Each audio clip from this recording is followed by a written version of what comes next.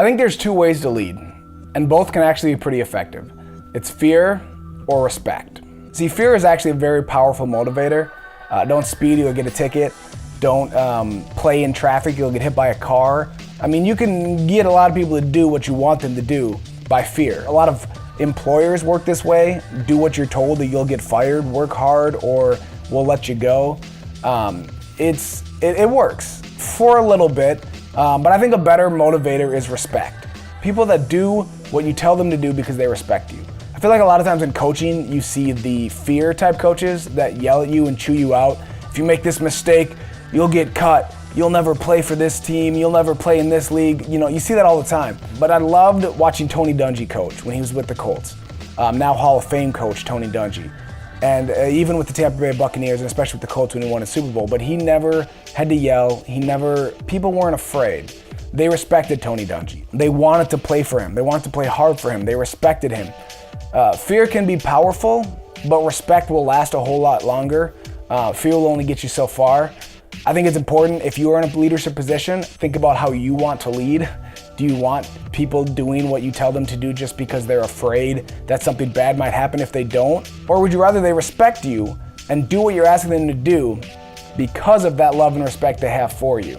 I think a lot of people think they should be afraid of God. They think that God leads by fear. They think, if I don't obey God, then he's gonna make me sick, or I'm gonna lose my job, or my car's gonna break down. Like, you think that God's gonna punish you if you don't obey him, but that's not really the way God works. First of all, you don't need to fear God. He loves you. He's always loves you. Only good and perfect gifts come from God. He's always looking out for your best interest. He's always trying to help you. He's always trying to give good things to you. Secondly, you should obey God out of respect and love for him, not a fear that something bad might happen. So the other side of this fear of respect, obviously, how do you want to lead, but then how do you want to be led? And if you do what you're asked to do out of respect for them, out of that respect for that position, it's gonna go a whole lot better for you than if you do it out of fear. It actually makes me really sad. I've seen a lot, especially recently, with black people, even my own family and friends, saying that I need to teach my kids to be afraid of police because if they don't obey, they might get shot.